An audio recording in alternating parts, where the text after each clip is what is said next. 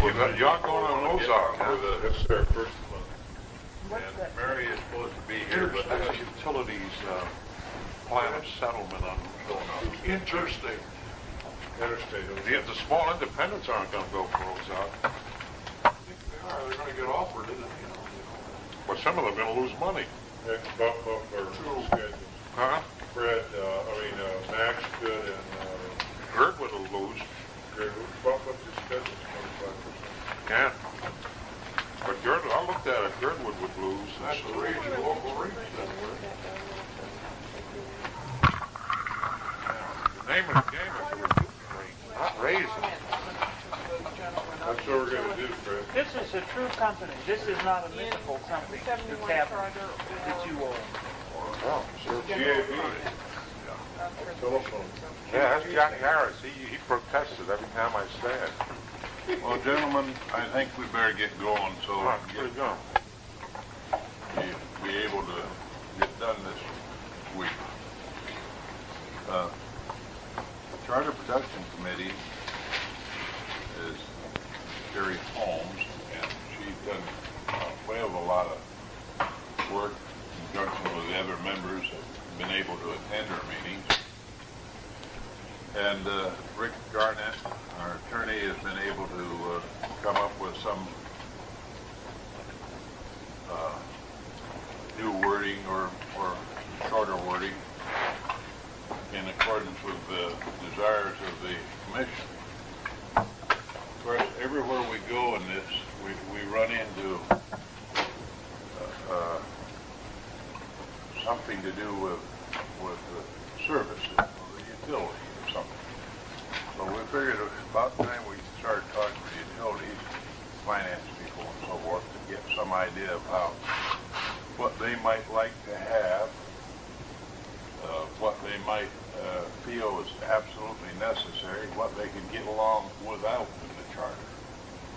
And basically, we're trying to keep it, as Les Wells said, keep it simple, or stupid. Anyway, the general idea is keep it as simple as we can and still have a practical working document that will serve the needs of the community as a whole. So, with that, I'll ask you gentlemen, give us any comments you have. We're basing ourselves on the 71 charter as a point of departure and merely using it as a framework from which to work. So we've marked up our charters, no end, and I'd like to entertain your questions or your comments, and if any of the charter commissioners have a question, I hope they'll hold it until you're pretty well done with your topic. Okay, let me start off by making an overview statement, if I may, because there are some very significant policy questions that are involved in the discussion of utilities. Looking at the city's government in broad brush, the general government operating expenses this year will be about $25 million. The operating expenses of the utilities will be about $35 million. So we will be spending in operating expenses about $60 million this year. Then you throw on the capital expenditures, all categories, and we come very close to $100 million. It's a big operation. Now, and most of the capital is lodged in utilities. Particularly since the city hit this rapid growth period, with telephones increasing almost 100% in the last 5 years, and projecting to double again in 6-7 years, something of that kind. One of the things that we have encountered with the utilities in this rapid growth period is the fact that the policies and procedures that have been developed over the years, for example, to control purchasing, and they're historical in nature, and they were developed with forethought and to avoid collusion and improper circumstances and so on. All of these bid procedures that are common to government.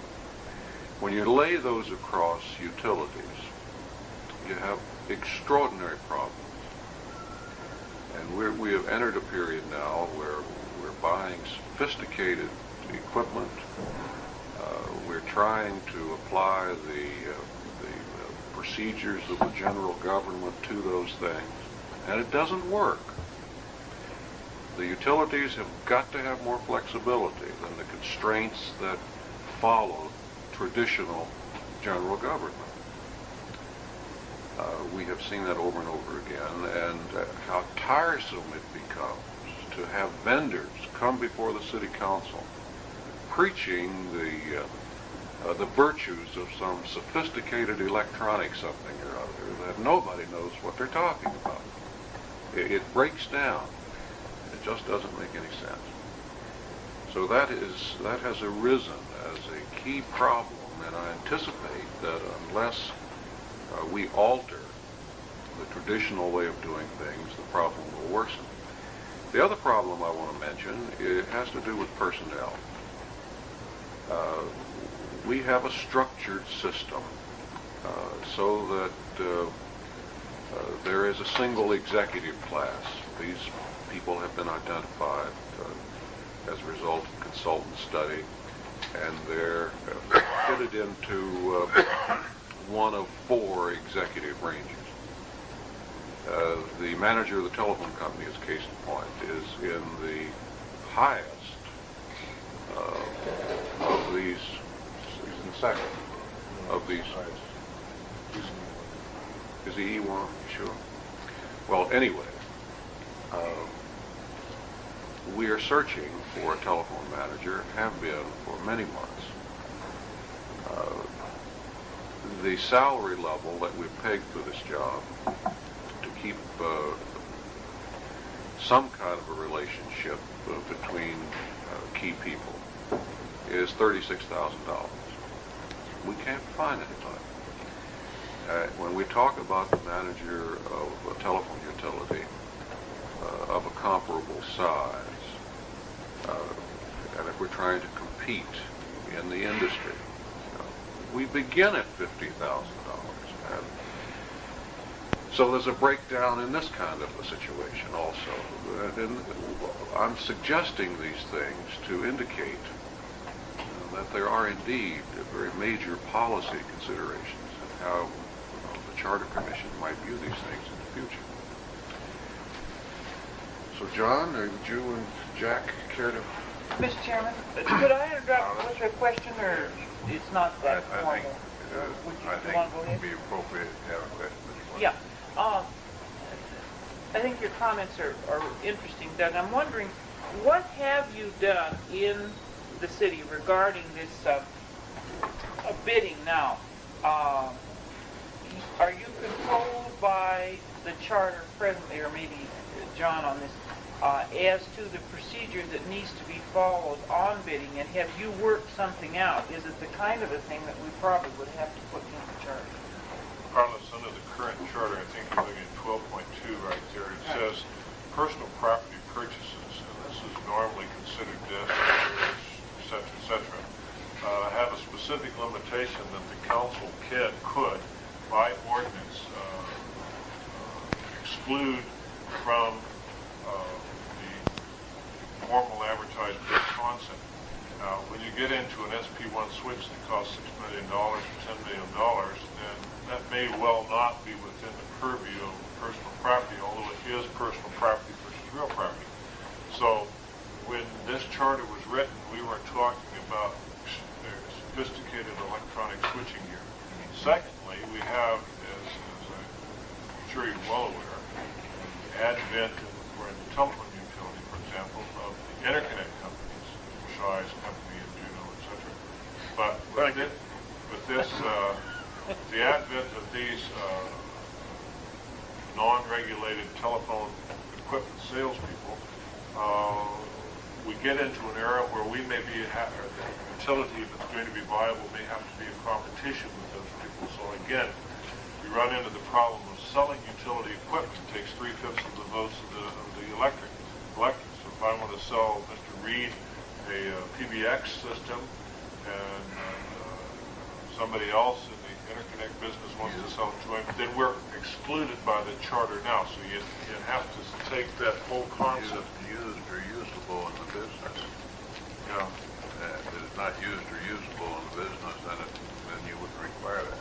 That's right, but if we're going to sell it to you, Mr. Reed, to connect into the business, and it's obviously usable in the business, we obviate the necessity, and we obviate that argument instantly, because if it wasn't usable, we wouldn't sell it to you, and if it has to be usable, we will sell it to you, so we can't sell it to you.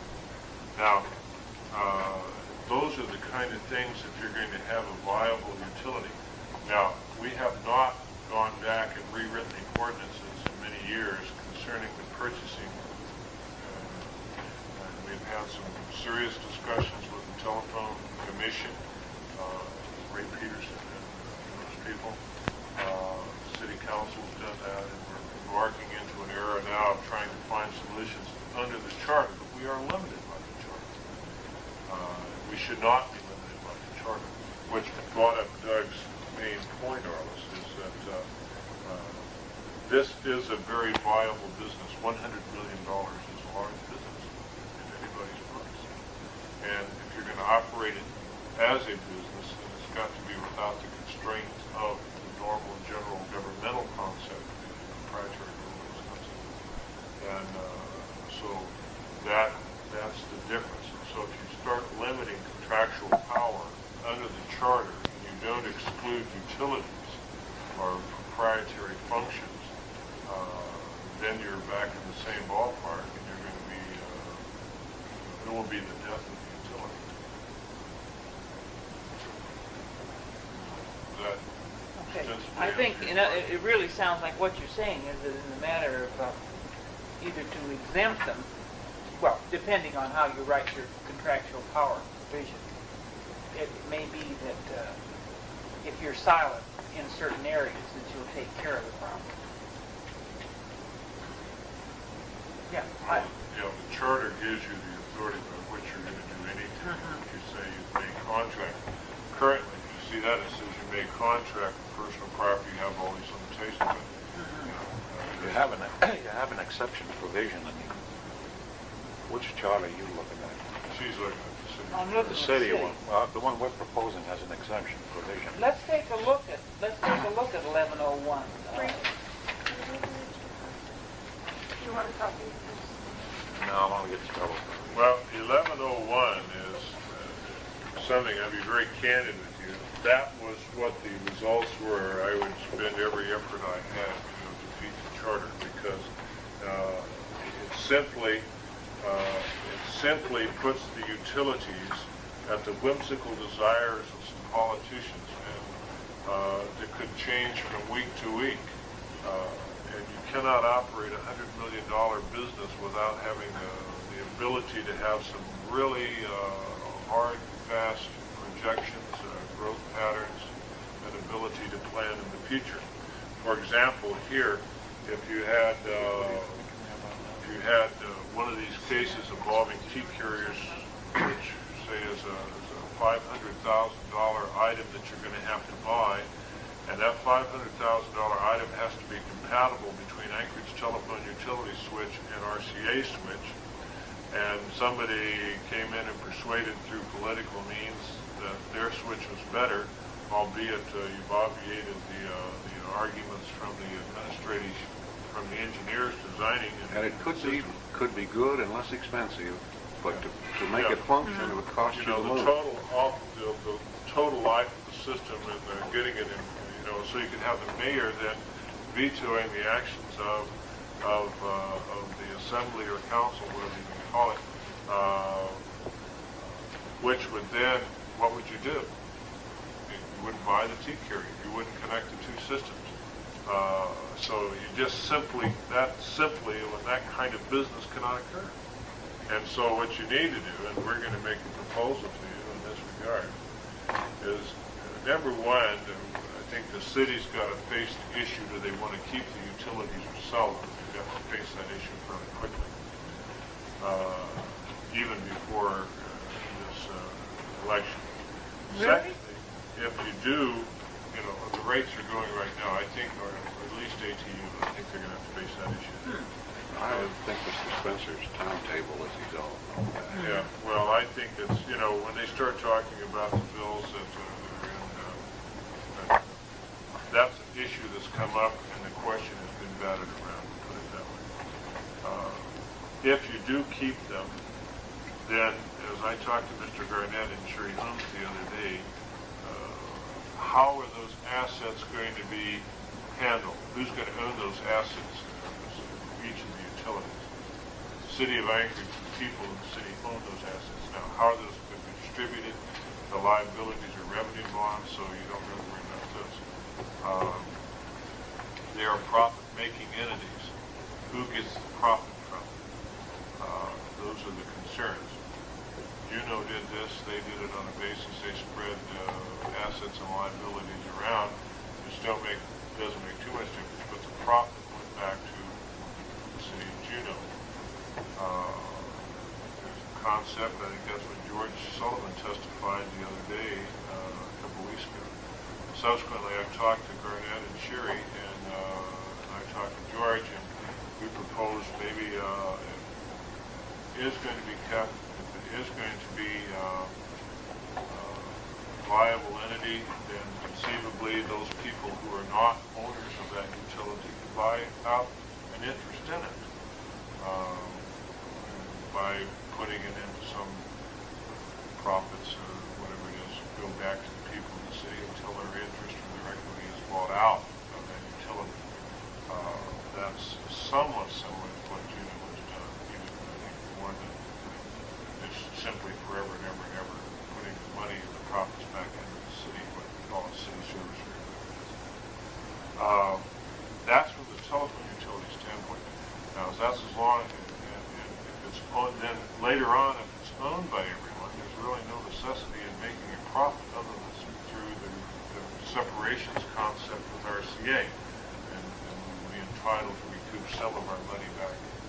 There's a long dialogue here. I'm sure Mr. Shies very well. If we get into an integration with the lower 48 into the revenue pool, then a profit can be made, and that profit can be passed on as part of their separations window. But if everyone is paying into a utility through their rates, and basically profits are made out of that, it would be sort of ridiculous to pay yourself a profit that you're going to get back. Unless you If everybody's a user. if everybody owns it. Yeah.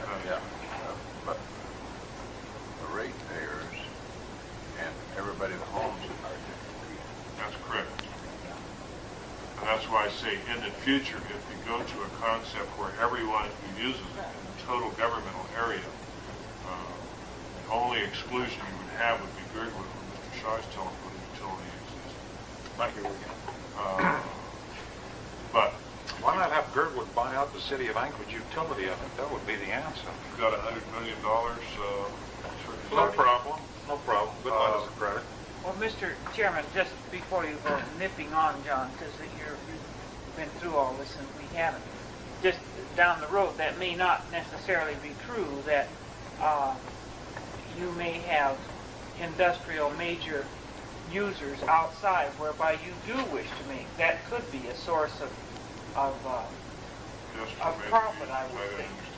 Well, let's say that we have some very large, either industrial users or your large outside corporations. Now,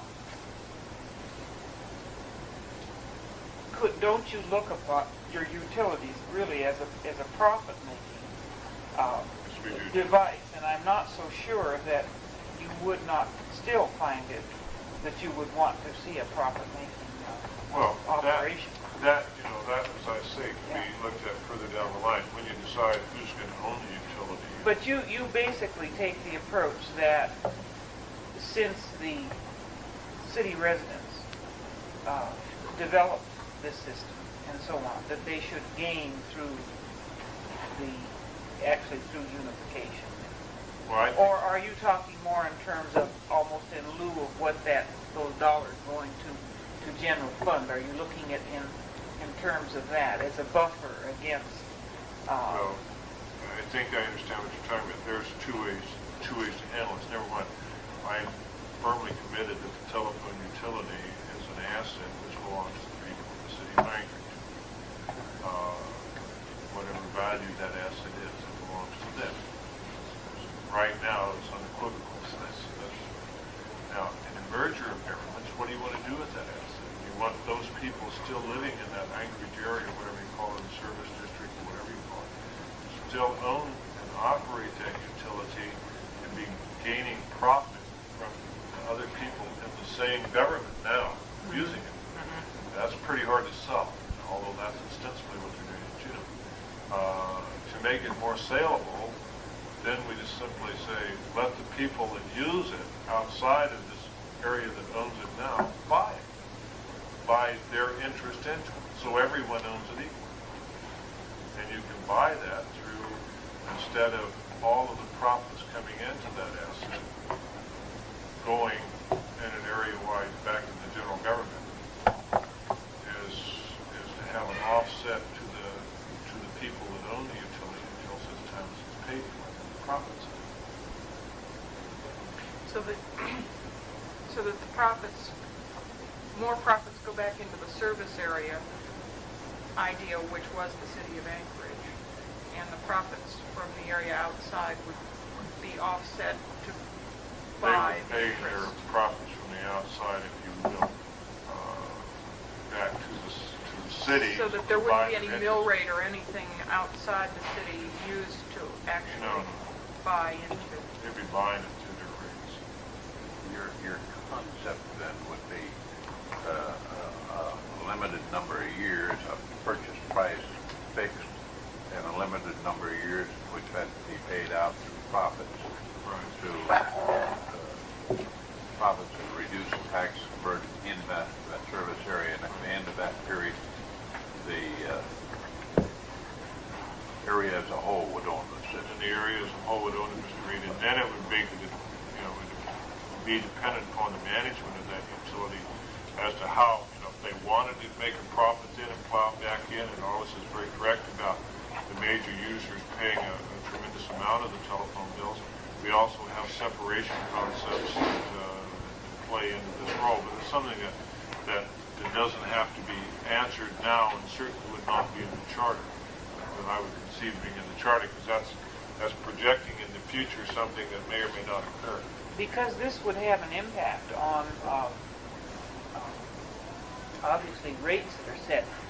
The city's presently, well, what's your relationship with the APUC right now? Can you set on utilities? Are you governed by them on Yes. on all rates for all utilities? No, not at all. But For the electric, water, and electric, water, and telephone. Okay. Would they need, because there would be an impact on your rate structure, to approve of any plan that we're talking about? telephone. Not a restriction. Do you not think that whatever plan is evolved, if it goes into the charter, either in the transition section or in the main charter portion, that should be uniform for all the utilities? No, not necessarily, Mr. Reed. And the reason I say that is because MLP, is a different animal entirely, because it has a major competitor, CEA. Because there are many people in the city right now who use CEA electricity. Some people who live outside the city use MLP electricity. There is a service area dispute which is now in the Superior Court on appeal. There has been, as you know, I'm sure probably since way before I ever came to Alaska, conflict between CEA and MLMP as to who should serve where. And this finally was some resolution in the PUC which was appealed to the Superior Court. Under that resolution, ostensibly, the majority of the people that live in what's known now as the corporate limits of Anchorage, Alaska, will be served ultimately by MLMP. But it also includes the airport. However, there are certain sections of the city, for example, where I live, which would not benefit by that, and I would be then forced, when the depreciation and all this goes through, I will be changed and I will become a CEA customer, albeit I live in the corporate limits. Because of that, you get into a profit-making situation from MLMP, for example, where if I'm a CEA customer later on down the line, although I'm in the city of Anchorage, Jack Harris and Frank Reed and Doug Wyford and others would be paying a profit to the utility. Say you've got a $20 bill, it's conceivable $2 of that $20 is going to be profit, and that would, if it doesn't go back to the people who use it, would be paid to the general governmental operation on the basis of profit to the general fund. So in essence, for the $2 profit you paid to MLMP in your $20 bill, I, as a non-MLMP user, a CEA user then, would be benefiting by your $2 to some extent in my general fund. You would in fact be subsidizing me, and I would be paying my rate to CEA, which is another nonprofit corporation. But you would then be subsidizing me out of your rate, out of your monthly payment to MLMP. Now, that, if I'm sitting out there, I really object. If I'm sitting in your shoes, I might well object to that. If I'm an MLMP customer. So then what do you do about that? Should they or should they not make a rate of return? If they make a rate of return, where should this rate of return go? And does it go back to the people who paid the rate, or does it go back to the people who ostensibly own that utility, the citizens of this corporate limits? Now, or should it go back until everyone owns it, and then should there be no rate of return later on? It's a very difficult situation to deal with as far as contributions to the general fund. My attitude toward that is it should go back to the people that own it. You want to buy it out, say out in Ocean View, if you want to buy an interest in that, all you're going to be doing is you will never pay anything to earn your interest unless you do it out of your service area mill rate. You write them a check, we're going to buy an interest in MLMP. So it's a different animal. So you can't mix ATU and MLMP in that respect. CEA or the water utility even has a little different concept. Now, it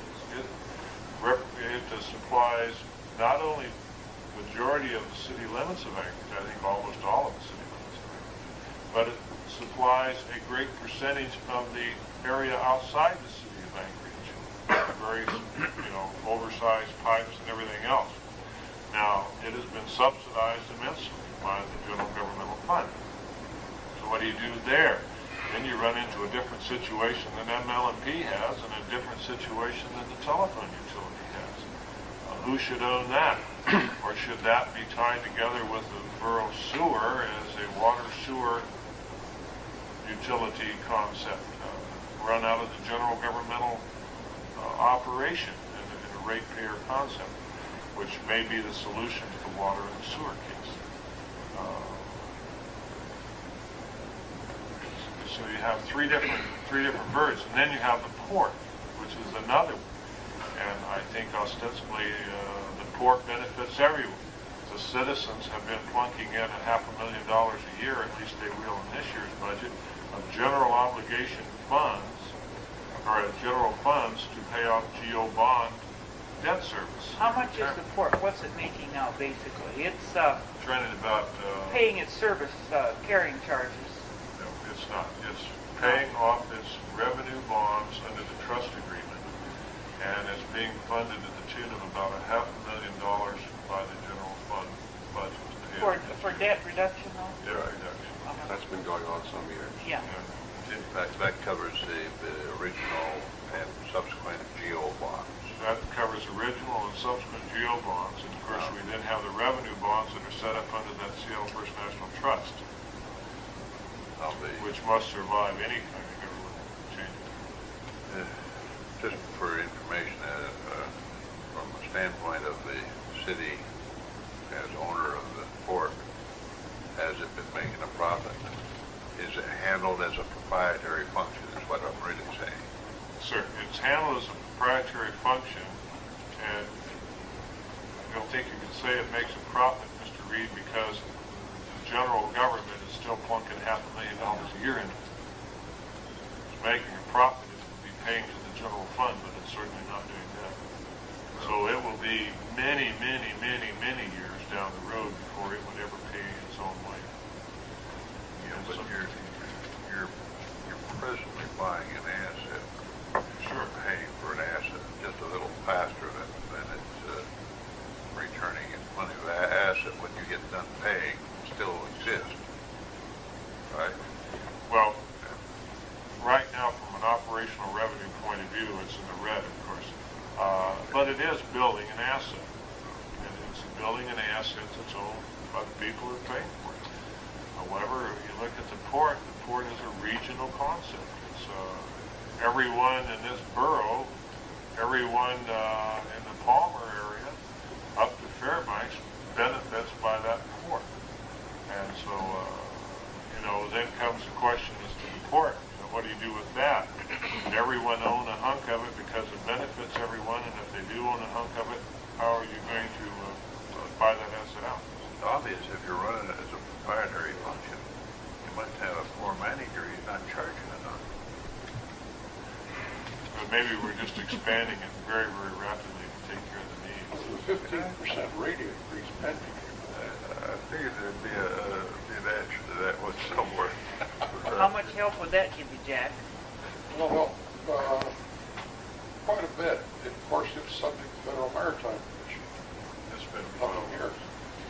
I don't even know where it is. just filed. It's filed, but I mean where it's taken.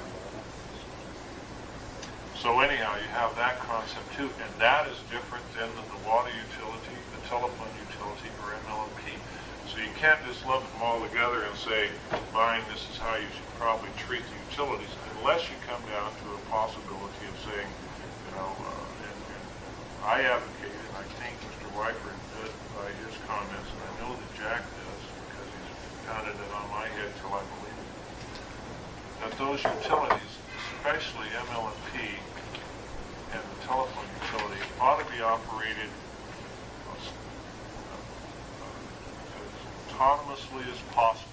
Break them out of the general governmental concept and operate them from a very autonomous concept. The city of Tacoma has a board which operates the Light Power Company there, which is a very big operation. It's an appointed board by their local government for a fixed period of years, staggered terms, not overlapping with the mayor. And they have the operational control of that utility. And they operate it very autonomously. They don't, their operation is as a business. Do they report? What fashion do they report? Mr. Reed, the information I have is sort of secondhand right now. We were down there the other day, and of course we didn't have time to really get it firsthand, but as I understand, they simply report to the time to time to the government, to the legislative body. There's no relationship across from the city manager concept administration. It's simply an autonomous body that operates that utility. Mr. Chairman, John, it sounds like what you're talking about is that, and I'm kind of aware of what Jack's building is a bit, you were going to have to go, once you develop this, to the voters for a city charter change, were you not, in order to accommodate what almost amounts to a port authority or a telephone authority. That could not be accomplished under the city charter now. No, it could not. Okay, how far along are, and obviously you're, must be leaning in that direction, how far along or how soon could you be ready with the specifics as to wording and so on that it would take to accomplish this type of approach? We can devote time for this. As far as I am concerned at this time, in the instructions that I've been given, I do not anticipate going for a charter change for Anchorage charter right now. I think that would actually confuse and excuse the French, screw up the issue. Well, no, but I realize that if it doesn't go, you're planning to I do think something, that right? we, some indications I've had from various members of the city council, that we would be looking toward a charter change. And that would probably be after this charter is defeated. It's not going to be. I know, that's what I said last time. Right. But then, okay. The city didn't defeat it. You really haven't answered the question, though. When, have you developed the kind of wording or what you would need in a charter to allow for this type of approach? I think we should give it consideration for. No, I haven't. I talked to Rick the other day, and we simply haven't, simply because we wanted to sort of get your feeling I see. about it. Because it is something that would take some length of time to do, And if we're philosophically opposed to the concept, there's You no don't want point in spending the time. I think we should make clear that there's been no official discussion Right. of these things, but the staff has grown increasingly concerned about some of the problems we're having in the old traditional structured system. And I dare say most members of the city council express the same concern. Okay, now this is a matter really separate from the matter of the assets, the liability, the contribution to general funds. Completely separate. It's The What would ongoing be most manageable, management-wise, is what you're talking about, is it not? I think, Mary, that's correct. As a authority. The problem, and I'm sure that you, of all people that I know of, sitting at this table right now, would appreciate it if you ran into or operating 5 more businesses at a borough This assembly. has been bothering me in I would my, think that you in my might as well concept. get your coffee, put it behind your chair, after you're going to spend your entire life 24 hours a day. Sherry, have we kind of reached a point to get back now to the asset liability, what goes I with think the it would charter? make it more manageable with the charter if we did create something of this sort, more manageable for the legislative body to really swallow and do anything about it. If we had some of this concept. It may be more solvable, Mary. I'm not at all sure but what you're right. Somebody have to be in the... There's one more that you have to look at, that unless you do something in the operation and management of it, you aren't going to have any utility. It's simple as that. What do you mean by that, Jack? It's just stumbling along. You can't accomplish anything, Arliss. I say unless there is a change in operational concept, you're just going to fall apart. The change that you're asking for, Jack, there's a very obvious answer to it and a very dangerous one, and that is someone's going to say, sell all the utilities. I expected you to say that to begin with. Right, and that'll solve the problem. Bill Now- Messer said that 2 years ago. This is right. Now, this is the obvious way to solve the problem. There's no doubt about it. No, not necessarily. Now, all right, if it isn't going to be that way, then you don't want, particularly with this discussion of unification and charter, we don't want to introduce too many of these imponderables, and that's what they are. You're not going to solve these with a charter. And if you introduce them at this time, you're only going to accelerate the thinking towards selling these utilities. So the best thing that you can do, first of all, the charter is just going to deal with the transition of these utilities in a conceptual manner. We're not going to get into any detailing. I particularly, now, we've had discussion with Norm Levesque and Bob Nelson, was it? On this very point, you know, how do you treat this thing? And we went, and I've looked at it, and yesterday I followed up with some more conversation on this thing, the GO and the revenue-bearing bonds and all this. And the more we look at it, the more it makes good sense to set up a utility operating board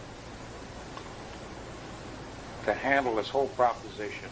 And as far as the charter is concerned, it stops there. What do you mean, Fred? What's a utility operating board? Not a political commission, but a commission that is actually made up, much as the one you were talking about with this other city, of people that are knowledgeable in regulatory matters, who are knowledgeable in rate making and tariff justification, things of that sort. You have an actual operating commission who oversees and manages the operation of the entire utilities for the city. They don't come under the assembly or anything like that. Period. They're appointed by?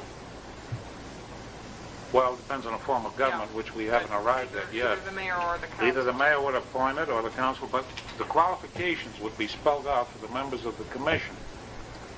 Now, in the case of the city of Anchorage, or the municipality of Anchorage, as will be under the unified thing, a commission of this type would be generated, and they would come up with the recommendations, the For what? solutions to the thing of how these utilities should be They treated. decide what to buy. This autonomous method of operation that's being requested here would be something that commission would concern They don't have an itself with. overseer? Hmm? There's no overseer to them? No, there wouldn't be. It's a commission. Commission would be the overseer. They're the overseer. You wouldn't have an overseer on an overseer. Frank, you've lost me. Only in where you're talking now, we're talking about the charter, we're talking about the transitional time. Are you talking of setting up in the charter a board somewhat as John has talked to Tacoma has, that will be very strong like an authority to operate the utilities under the new government? Or are you talking about something that happens in the transitional stage? I got lost there. We're talking about, number one, you're not going to make the transition of these utilities overnight. It's going to be a long, consuming process. When you're talking about setting up the structure as to disposition of assets and liabilities? It's all tied into it because those assets and liabilities form the basis of operation for Fred, that utility. but you're talking about the charter setting up this authority, saying in the body proper of the document, you're saying that there shall be a This is something municipal that- operating board. I'm not which saying would we be- should have it, but it's something that we've been discussing and considering as one way of solving the problem. It would be a one-sentence thing that establishes a utilities commission for the operation of the unified utilities.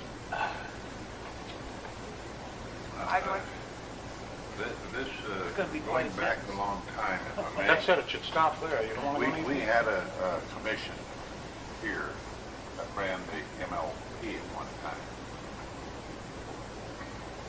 And there was a very distinct, they were very distinct, they had cross purposes with the assembly, the council. They hid money from the council. In order to get back to being able to buy the tractor they needed or the steel for a dam or something else, because the council was not responsive to them. I think Harris is still doing that. Yeah, I think you read Bob Atwood's little story in the paper Saturday or Sunday. yeah, the practice. But actually, I was very familiar with it because I knew all the parties involved. He was chairman of the commission, by the way. And I know darn well that unless that's addressed, the relationship between the assembly or the council You've got to. and addressed very plainly and the commission and the real owners, the stockholders, either the ratepayers or the taxpayers, whichever ones they are. If you don't address it very clearly, it won't function. It'll just screw up the whole workforce in this country. Let me make one unhelpful comment. Unhelpful. Unhelpful. We've had enough of those in the last... Well, I've been in and around municipal government for a long time. And I'm sure all of you are aware of the fact that the operation by a municipality of a telephone company and an electric light and power company is is extraordinarily rare. Now, from a management standpoint, as I came into this community, and in dealing with the managers of these utilities and their complex problems that are really foreign to the mainstream of local government activity,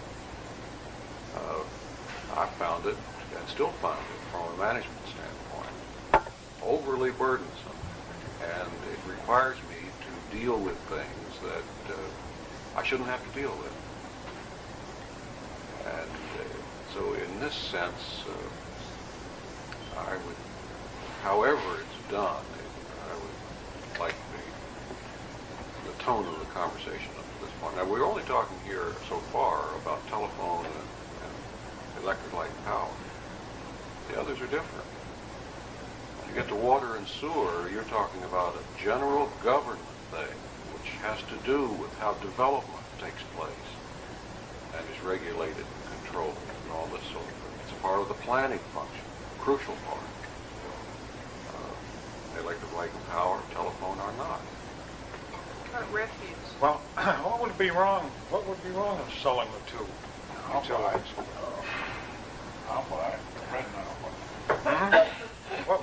What is the objection? You're going to find a tremendous dialogue by this community. I've been here long enough to know there's just a hell of a lot of people that don't want to sell. Well, That's right, Fred. I don't think you've been sounding the Arliss pulse is in the right. right corner. No, she isn't. No, she isn't. Well, number one, you sell them, and instantly, who are you going to sell them to, and what are your rates going to be after you sell them? Yeah, that's the big fear of it.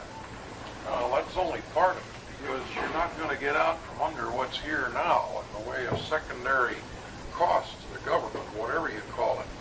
Because when you pull that out, there's an awful lot of secondary support that you're still going to be stuck with all of that governmental investment and nothing to support it other than taxes. How do you mean, Jack? Oh, Arliss, a couple of years ago, we had a keep or sell on telephone. It was kind of a homegrown product. Take DP, you pull telephone out, and you still have a hell of a structure down there, and what do you got to support it? Unless they could sell their services. There's some concepts in operating, but we brought along, and I think perhaps we're too detailed at this point, but this freedom to manage is a key thing, and we don't have it. That's right, and as long as you're a government municipality, I question that you're ever going to have it. Yeah, I think you can get it, Fred, with the proper approach. I think you're going to have to look at the thing. We have no freedom, for example, in personnel. I'm not being critical of the way it is, other than it just doesn't work. But you see what you're doing, Jack, and I agree with you, No, Jack. I mean, I have to say that this is the system. Yeah, I agree with you. You're saying you have a unique situation management-wise that it requires an autonomous operation. All right, the city comes along and they give you this autonomous operation. Then the next thing that happens, the water people say, hey, we're different too. We should be autonomous. And then another body says, well, we're different. We should be autonomous. It isn't going to work. Well,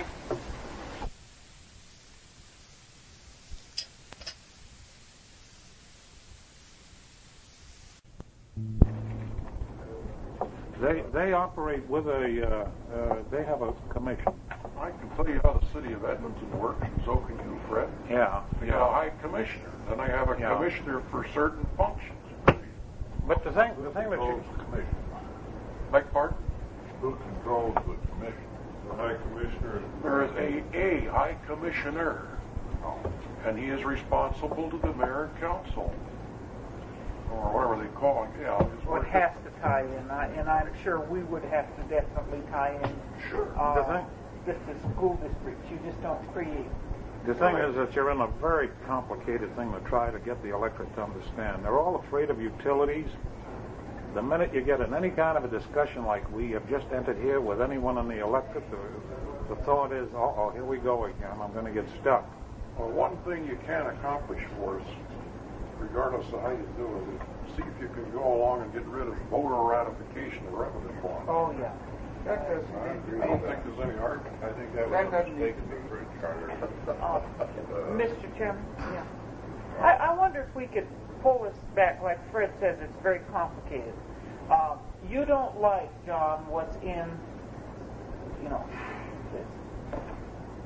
Would it be possible for you, without tremendous amount of work, to refer back to those provisions in the existing city charter and make comment on the ones that you feel could easily not be there, because it's a pretty wordy section, and refer to those that you feel need changing because they create a conflict with, present operation. Now, would that be an approach? That could be done, but I think that's sort of like counting the spaghettis before you're going to eat them, a piece of spaghetti, because You're getting ethnic there when you say spaghetti. Well, let's hear your point. One more time. You're getting ethnic now. Anyhow, because this charter simply, with the present day operations of a $100 million a year business, doesn't answer because it wasn't designed. I didn't know, Mr. Reed, when that thing was written, if people anticipated we'd been spending $8 million for a switch. Okay, then, John, but I asked you earlier if it was possible to write up what you did need, and you didn't get anywhere. I think Fred ostensibly is talking about it right there. So maybe a 3-sentence thing. Utilities will be operated by a utility authority. That utility authority will be directly responsible to the legislative body. They will be appointed based on criteria set forth, buying, and the relationship. But they are responsible to the legislative body. I think you have to, Mary, don't you? I think it has to be. Otherwise, and somehow I think there has to be an implication in there that they're not only responsible to, but that the legislative body is responsible for the general policy. Well, the legislative body, Mary, would the legislative body have veto power on that commission? Well, what happens then, Mary, see, is a problem. What happens if we'll go back to this long discussion. We've got 45 hours worth of discussion on the T carriers. What happens if, and I'm coming to you and you're on the legislative body and I say, my T carrier is better than Fred Shaw's T carrier. And you first of all say, what in the holy hell? No, that isn't the sort of policy that I'm speaking to, and I'm sure that I would have to define what I meant by policy. I'm talking about whether in this particular utility we consider it benefiting the ratepayer, and that it's the revenue bonds of the ratepayer that are going to, in general, subsidize it. The revenue bonds are paid for by the utilities. Yeah, but they are paid for by the ratepayer. Revenue bonds are paid for by the ratepayer. I have no sort of qualms thing. with an overall policy control. That's all I'm speaking of. It's the overall statement of policy that. But not what No. Mary is presently saying is addressing is who are the owners. That's right. That's what you're addressing. Frank's right. And are they the ratepayers or the taxpayers? We get back to the discussion we had earlier of whether the taxpayers of this area own a utility or whether the ratepayers of this area own a utility telephone. So this is what Mary is addressing. Well, from the standpoint of what Fred says, so in the charter, it's not really that complicated because you can live with that overview as long as you don't just leave it to one sentence, but you do put some that it shall be managed by a board, and that board shall have the authority to operate the utility, and get the right word. That's all it should say, and it should stop there. Okay, but see, then if you don't, Fred, then does that tie you back into the purchasing department? No, that board will set the policy. And I think you have to go one step further and say these utilities should All be right, operated by the that's board. it. But in a charter, you do not of the general governmental. You do not want to get into procedural or operational details in a charter, how that board has And the you right can to just simply say independent personnel. of the general governmental management. But for the John, certain, could you, I think Arliss has asked, and you know, Sherry would like to see, and I think most of the commissioners would like to see, some recommendations from the staff here of the city as to what they think that should be done. Now, we're not necessarily going to agree with you. We've had discussion, and you can see it'll fluid around and change and as people consider these things. But I think we do need that written input. If it's not going to take you 10 weeks to do it, you know, if you can put something out that's reasonable. I'm not being nasty. I don't mean that. I mean, go ahead, we don't want to go to a great lot of problems, but we would like. We're not wanting to hold court. We want to have the data on which to make reasonable decisions. Mr. Chairman. Well, Arliss? John, you just trying to just get out of support, John. You got too many lawsuits going. For instance, I would be very interested to know if we should speak in the charter to franchises, for instance. I know we're into it on the gas, and there's quite a lengthy discussion. And of course, that's something we need to talk to with Rick too. If we don't have anything, if it's silent, are we still able, through procedure, you know, to set up all of these things? since this was written in the charter, of course, Chugach versus City of Anchorage was decided by the Supreme Court. And that changed that franchise concept completely. So in other words, time, Borough and City, or Jefferson versus the Borough and City of Anchorage was decided 6 months ago, which changes it even differently now. okay, then should it be written in? Should it be written into the charter, or should the charter be silent and your case law then? Why don't we just say that the city shall exercise those rights of franchise? That's what we'd like to know. I mean, Period. we can do it. Period. Fine. Well, that kind of input is what we think we need, so that when we're doing something, we're not doing something that's plowing ground that's already been plowed and it's senseless to do. What I'm going to do, anyhow, since I've been requested by the mayor, I will send you a memorandum showing you exactly what provisions of the Anchorage City Charter have been obviated by court decisions. So which ones really have no effect or meaning anymore. At least that'll show you where this, because this charter, a third of it doesn't mean anything anymore because it's been overruled by court or by statute. The limitation on, for example, duration of residency for candidacy is obviated through law. We did get that through Jean and Mary. We met, you know, with the two clerks, I think, on the. But in some areas, the charter can be overruled by court decisions, by legislative action. Can it be overruled in all areas? yes, sir. Can be overruled. Yeah. Because You just have to think about a home rule municipality sits here, and it has only the power that's granted to it by its father, who art in Juneau. No. That's exactly right, Sherry. It has only the power not taken away A from it. municipal, now by our Constitution, it gives it that. But we exist only because they allow us to exist. And the power and authority we have is only that which they allow us to have. Now, albeit in a home rule under the Constitution, we have all power which is not expressly, and under the Sharp, or under the Chugach Electric case, impliedly taken away from us. And then under the Wilkie case, Fitz says more expressly than impliedly. And so we set in an era here of we exist only because they allow us to exist. Now, so they write a Title 29. If you look at Title 29, 13-100, it says these powers are not limitations on home rule power. So if you read that, then it says that everything else is authorized by home rule, which is a statute. Now, but the items at 29, 13-100 are limitations on home rule power. You cannot exceed those. You can't go into conflict with them.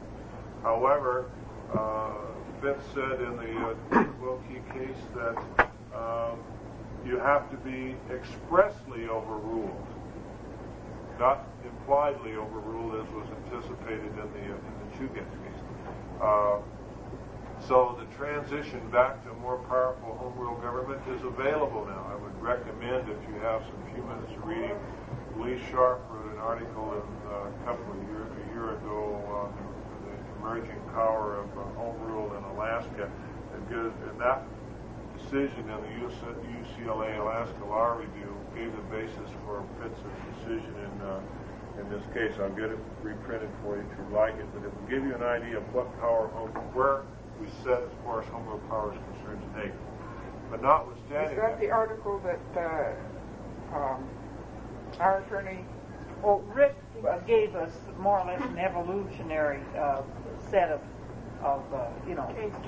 case law that really shows. That article was that evolution of set. Yeah, I believe that Rick has given us good, this. That's well, fine. he cited it in, That'll give you something to do. I think it's the same one. You might ask Rick. Okay. If it is not the same one, I sure would like to see it, but I suspect it's the same one that Rick has given us. That's the only thing that's been written in some time about it, Marion. Fred? But No, go ahead, finish. anyhow, in that regard, when we start talking about the home rule charter being overruled and anything that the legislature wants to do can knock out the power of that quick. Sure. And if the court comes along, they can knock it out. So there's no inherent power in a charter that cannot be overruled either by the court but even or the legislature. I mean, we found that we can be silent and we have it so long as the state doesn't take it away. Yeah. Or we can spell it out, but we still don't have it if the state decides to take it away, spell it out or not. That's right, Sheree. But they have to expressly say home rule cities have it taken away, not just general. And if we don't specifically specify it, as I understand, it's not taken away. Maybe. Well, If you're silent on it, you inherently have that right. There is an argument, obviously, that if it's not spelled out in the charter as part of your power and authority, and you simply cover that this government shall have all powers and authority expressly accepted as expressly reserved or limited by this charter. Period. And then you have all. Fred had a question. What I was going to do, for the sake of information probing, I'm going to take a case and make an imaginary transition of a utility. And I'm going to go through the transition, and then I'd like to hear from you gentlemen as to what's wrong with it. And because you're here, Jack, I'll take the telephone company and make the transition with them. You're right. If we're unified, we take the telephone utility, we take all of its assets and spread area-wide, because everyone uses that service. Everyone's been paying for that service in the past. The people in the city have been benefiting by it. The people in the borough, though they have paid for it, have not had benefit of return. So in essence, what they have paid in the past buys them the system at that point of unification. The system then is operated area-wide on a unified basis, and all the profits of the system accrue to all of the users, all of the subscribers, area-wide. We could take it a step further and convert the utility into a co-op and operate it as a telephone co-op within the unified borough, where then everyone is a shareholder in essence. What would be wrong with that kind of a transition? Fred, if I can speak to it, I think first of all you have the philosophical concept that has to be addressed somewhere down the line. The ratepayers have bought the utility, therefore the ratepayers own it, and it's not an asset of the city. It may not only be a philosophical approach, it certainly may well be a legal approach. If you overcome that obstacle, and if it's philosophical, it's brought out to the public, at least the city, that the borough is taking over a $100 million asset, and they're not going to pay you for it. They say they've already paid you for it. And they will defeat the charter with that money. But notwithstanding, even if you overcome that philosophical and or legal problem, then you get down to the problem of are you going to charge yourselves for the operation of this telephone utility a profit to be distributed back to the general government? If you are, What are you going to do with that money? Is that going into the area-wide pot to be spent for everyone? Secondly, we have the concept of, if that's correct, we start into our separations area concerned with RCA down the line. How are we going to get them to pay that rate of return back to us when it's in fact the owners of it or the users of it? So you really say it's philosophical. Suppose we use the industrial funding concept on it, much as we do with the Alaska Railroad, and that is the funds return back to the taxpayer or to the ratepayer. In which case, as we make more profit, we keep reducing his telephone rate. It's a form of a co-op. That's great if you're static. Yeah. No, it's not great. It's not great if you're static. It means nothing if you're static because you'd end up status quo. But the only way that works, of course, is if you get the extraneous income into it. Otherwise, you'll just be saying, today I'm going to take $10 from Mr. Reed, tomorrow I'm going to give you 10, the next day I'm going to take 10, the next day I'll give you 10. That's simply... You've got to build up a fund for the purpose of maintaining and for the purpose of extending. There's got to be a fund in there for that purpose. Mary, once you get that done, and then you start talking about this industrial funding concept, what you're doing, as long as the ratepayers and the beneficiaries of the profits, what you're doing is paying yourself a profit. The only way that works well to the benefit of the local ratepayers is, in fact, you can get that extraneous money into the system, either through, say, ARCO, RCA, or others that are going to pay it with out-of-state money into Alaska, and then that money. And once you do that, Fred, then you have to transfer those funds back into the general governmental pot, or you'll be distributing them back to the ratepayer on the same ratio that they're giving them to you. So you just rob Peter to pay Paul. Well, under this basis, we're talking about an autonomous operation. The money would go back into the utilities account. It would not go back into the general administrative fund. That's fine. You just build up a very fantastic capital area, retained earnings. Well, you're operating it as a pure utility now, and it is autonomous. Then you can start issuing your dividend checks back to Okay, and that means the subscriber then would be getting a lower rate. A lower rate of return. I don't think any citizen would argue with that. Okay, fine. And then you run into the lower rate of return. So we're going to take your profit, we get our retained earnings where we want them, then we're going to take the profit we make and then we're going to reduce your rates.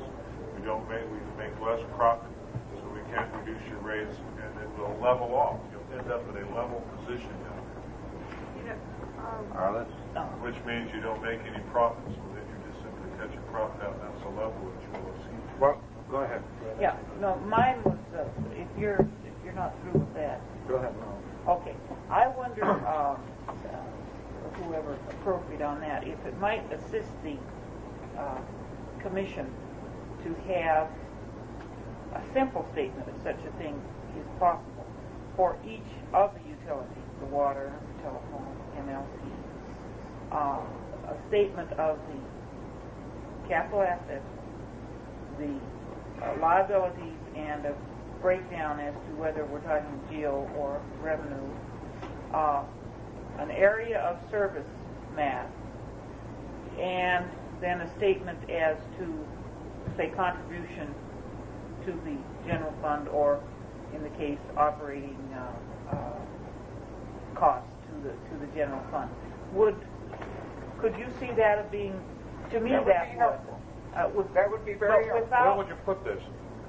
No, I would. That's for us, information for us, including the port. Oh, I see. You know, you're talking in terms of very specific, definite problems with each one being unique, and just kind of a little capsule view of what we're talking about. Does that would that be helpful? That's helpful. The other thing that I'm getting back to John's philosophical question with the telephone utility, and I'm a little bit dense about utilities. It's somewhat overwhelming to me. As an Anchorage resident, have I paid, other than through my rates, through GO bonds or any other way for that telephone utility? It has been subsidized by the general fund? No. You're paying my salary right now, the meager salary that it is, And part of that is being discussed on telephone business right now. So you, in fact, are subsidizing the utility for that regard. Can you pull out to what extent? Jeez. Harris and I would have different approaches. Bob Nelson would have a different approach from that. What I'm trying to get at is if you're having the people outside the city buy back part of the assets of the utility, you're going to have to somehow break out what has been paid for by rates, which those people outside have already paid, and what has been paid for otherwise, I would think. Otherwise, you'll be charging the people, as I see it, outside the city, will be buying back some of their rates that they've paid in over the years. This is a philosophical problem that you get into when you rented a house for 20 years and then you buy it. There isn't much problem in the normal course of events because the guy that owns it and he sells it to you and you pay the price. 20 years or 30 years down the road, whatever it is, less some depreciation or appreciation as the time may go. We're talking about the same thing here. I bought, as a taxpayer in this city, I bought the telephone utility from the Alaska Railroad. When I bought that, if I'd have bought it personally, I'd own it today, and if it's worth $100 million, the ratepayers didn't have a thing to do with it. What do you do in annexation? If you annex an area to the city, how do you deal with this? Do they just automatically become an owner of the utility without having to buy back? Yeah. An annexation would, sure. Let's consider unification. In Denver, that's handled a little differently, or was for a while. They paid to get into the city. I don't know whether it's still true, but for a while they were subdivision came into the city and they paid a share of the city position. See, I happen to be a city resident, and so I would be on the lucky end of this. I'd be able to say, okay, I own it, and you guys are going to have to buy it from me. But there are a lot of people out there who might resent it unless we could show them in black and white what it is that they have not paid for over the years, and X number of dollars worth of it. I don't think you can say that the whole asset of the utility has to be paid back. You just solved something John's been in court on. You realize that? Who owns the sewers within the city? John asked them. Who owns them? Who owns the physical Well, it's plant? a very good point, right now, and I want to really get that. It's very conceivable, and I think fits in his decision. It may mean that the borough actually owns the sewers, that the city has an agreement that they're going to let the borough operate, and if they do, then the borough outside the city owes the city a couple $1 million, which I'm sure we'll be litigating within, probably get it started just about the time this thing comes up for vote. Oh, wonderful. I don't know if it's good or bad, It might be good, Yeah, that's what I I'm don't saying. I no Go longer. philosophic, God damn, I'm tired of those people fighting vote for it. But anyhow, that's a question that's come up, and I've had direction by the city council to get after it. So we're looking down the line. And John, I'm honestly trying to wrestle with, I understand your problem, Sherry, and it's a multi-edged problem, and the reason that it is because as you and I are paying 20 point to almost 21 mils of total taxation to live in the city. And many of the things that we have from parks and recreation and other things are partially supported by, all it's supported by us. Now, some of those support the utilities, whether we like it or not, because they got free right-of-ways across those that otherwise they don't have to pay for. Jack gets his way, the Public Works Department will do relocation of cable work out of general fund money rather than utility money and so on and so forth. So down the line, you have paid an extraordinary amount for the operation of that utility through just little things for the last how many years, Mr. Reed? I don't know. 30 some odd years. But it's always been that way. You have paid a little additional here and a little additional there. You know, you're paying a salary to the city attorney and to some other attorneys, and they recoup some of their costs by directly billing to the utility, but there's no way you can recoup all of that cost. The manager's salary, the mayor's salary, and all of these people that you're paying for in your general taxes are going to help support that utility. And our friends outside of the city don't have those burdens of that tax. And so, really boil it down to that, yes, you have bought that utility. Notwithstanding the fact that Frank's initial comment here is, if he had bought that, or Fred had bought that utility privately from the railroad in 32 for the telephone and 42 okay, then they would own it today. But the same conceivable thing on the other point of view is I pay a rate to Fred for my telephone at Alyeska. Therefore, if... You haven't been paying lately, have you? I took it out. Oh. But do I own part of Fred's utility? I ask him that question, you know, he'd say, hell no, you don't. Just pay your bill with me. I'll give you the answer to that. Private utility. Now, in a municipal utility, you got an implied ownership, which you don't have in a private utility. You have an absolute direct ownership under the Constitution. Okay, all right. So that's the difference. One's municipal. Operate it as a private utility and take a return as a private utility. So you do have a constitutional, not implied, direct, nothing less than a direct implication. Do we still provide utilities to Eagle River and whatnot? Do we have any utilities? No. We don't provide anything No, right that's now. Frank's premise. The only thing we do, Fred, is... Electrical or anything like that? Water? Are you saying that the Constitution addresses itself directly to this question? It does, Mr. Reed, in the sense that it says municipal utilities are to receive a rate of return as a private utility. Oh, they're talking about proprietary function. Yes, sir. We also talk about this mythical city resident who for 30 years has been buying into the utility. Right here. Well, there aren't many of you. Really, Frank, there aren't. If you look at the turnover, I would say that most of your city residents have come there in the last few years. And so... I think you're probably wrong on that, incredibly speaking. Oh, Well, Frank's got 8 more years in it than I have, so You know, That's not very good. It's okay. he's going to have to share with say me. the last 10 years. Okay. But if you move into a municipality, you don't pay any of the back stuff. No, you don't. You just continue to pay 21 mills every year, and you continue to pay the difference in the cost of the land, and so on and so forth. So you, Mr. Chairman, well, question for John. Okay, whether we've been here 1 month or 30 years, what... I'm not 30 yet, Arliss. You'll get there. Yeah. What difference does it make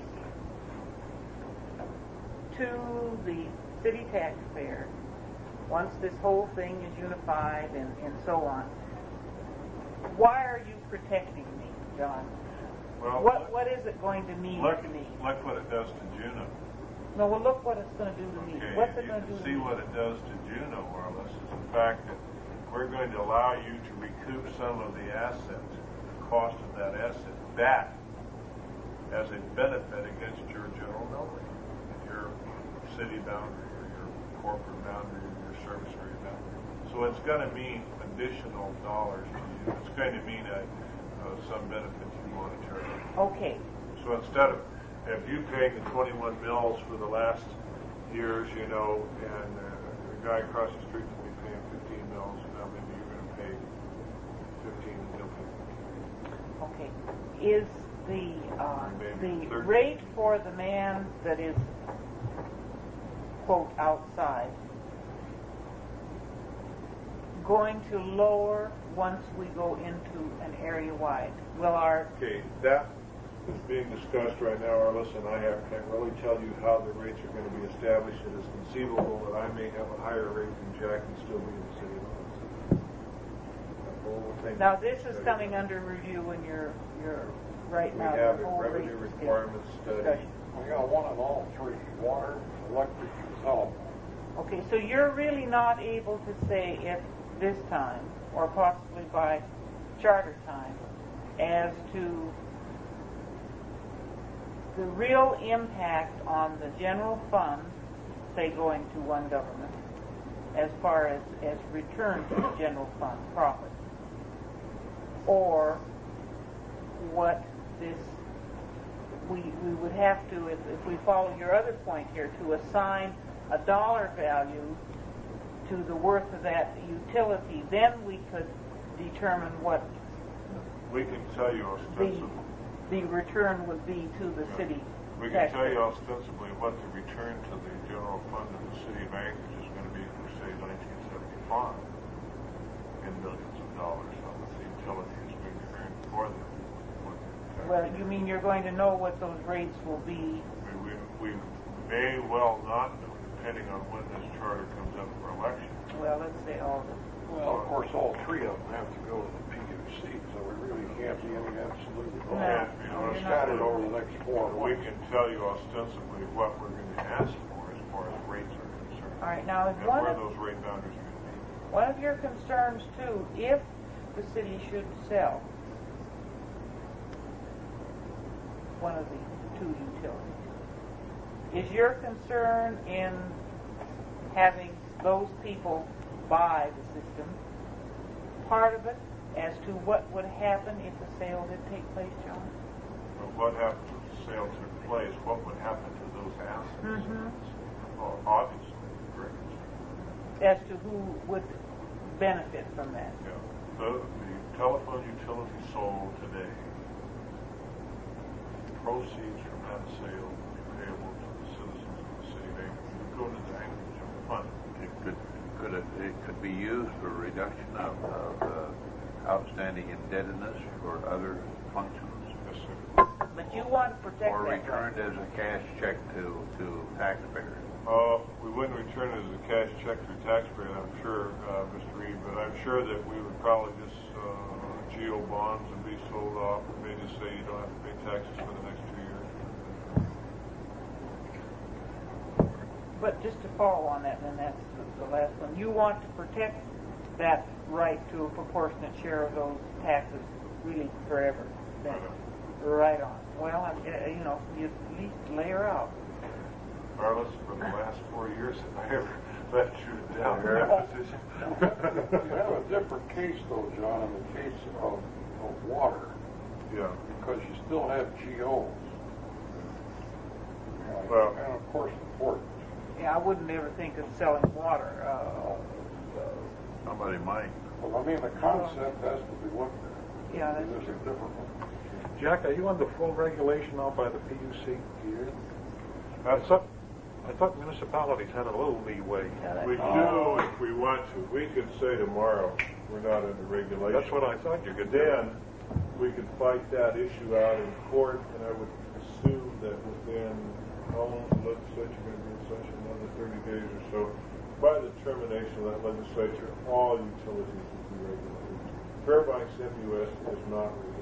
There's another bill in there now that make them all regulated. But technically, you're not regulated either under the statute the way it's set up now. Well, Yes, you are. You're voluntarily submitting the regulation. we have You just get never two declared. schools of thought on that. We've just never declared that we didn't voluntarily submit to regulation. We can continue to say, well, there's still a little competition until the CEA MLP case is decided. For as long as it's appealed. If we weren't regulated, Fred, then you may well want to come in here and try to take over the services. Wyford, did you have any? I'm thinking of it. But anyhow, we'll get you some language, Mr. Reed, for that. I know I would appreciate it. I'm sure all the other charter commissioners would appreciate it. Like I said before, we might not agree with you, but at least we know where you stand and how you feel, and that it's certainly going to influence what we do. Just by way of information, I'll continue working with both financial matters, borough and city, and then get back to you probably, Jack, and talk some more on this. But at the moment, my inclination is to tend towards, as far as utilities are concerned in the charter, is 1 or 2 sentences that creates a commission and dropping it there. And John, that's it. we have, Consider 2 commissions. Would you might consider 2? Now it gets expensive. Now the voter looks at it and says, what are we doing? They don't You're not going to have this opportunity of any more time. Now, What do you mean by utilities?